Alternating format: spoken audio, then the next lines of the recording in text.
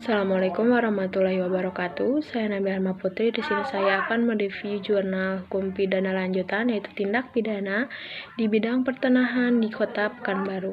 Tanah mempunyai multiple value, maka sebutan tanah air tumpah darah dipergunakan oleh bangsa Indonesia untuk menyebutkan wilayah negara dengan menggambarkan wilayah yang didominasi tanah, air, dan tanah yang berdaulat. Arti penting tanah bagi manusia sebagai individu maupun negara sebagai organisasi masyarakat yang tinggi secara konstitusi diatur dalam pasal 33 ayat 3 Undang-Undang Dasar 1945 yang menyatakan bahwa bumi, air, dan kekayaan alam yang terkandung di dalamnya dikuasai oleh negara dan digunakan sebesar-besarnya bagi kemakmuran rakyat. Karena peranan tanah dalam kehidupan manusia, tanah menjadi objek yang rawan terhadap perselisihan atau sengketa antar manusia, bahkan terjadinya berbagai tindak pidana disebabkan oleh faktor tanah sebagai objek kepemilikan.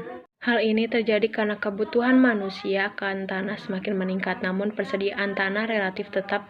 Kondisi objektif tersebutlah yang menimbulkan berbagai konflik dan bentuk tindak pidana di bidang pertahanan yang terjadi. Begitu juga di Kota Pekanbaru, sengketa tanah dan tindak pidana di bidang pertanahan di Kota Pekanbaru setiap tahun semakin meningkat, dan kondisi ini terjadi hampir di seluruh daerah di Indonesia, baik di perkotaan maupun di pedesaan.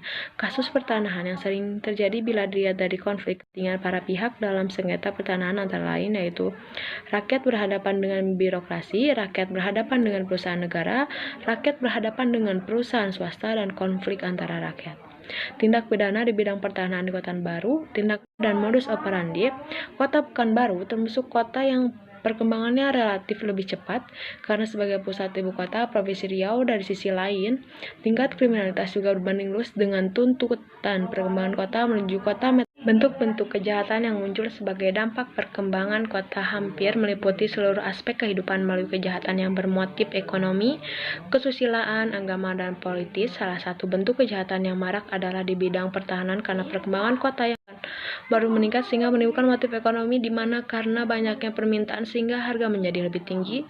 Hal inilah salah satu pendorong munculnya berbagai kejahatan di bidang pertanahan di Kota Pekanbaru.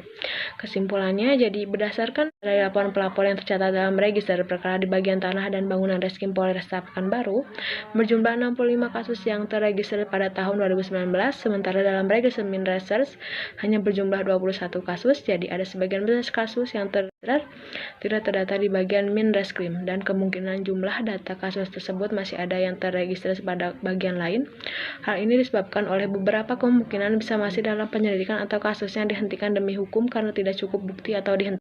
Banyak modus operandi yang dilakukan oleh masyarakat untuk melakukan tindak pidana di bidang pertanahan tidak hanya modus yang biasa dalam bentuk penipuan, penguasaan tanpa hak, pemalsuan dokumen, bahkan seiring dengan perkembangan masyarakat berkembang pula beberapa modus baru berupa bersengketa di tanah orang lain, memanfaatkan situasi perluasan wilayah administrasi Kota Pekanbaru dengan munculnya pemekaran wilayah dengan prinsip otonomi dan menjual atau menganggunkan secara tanpa hak.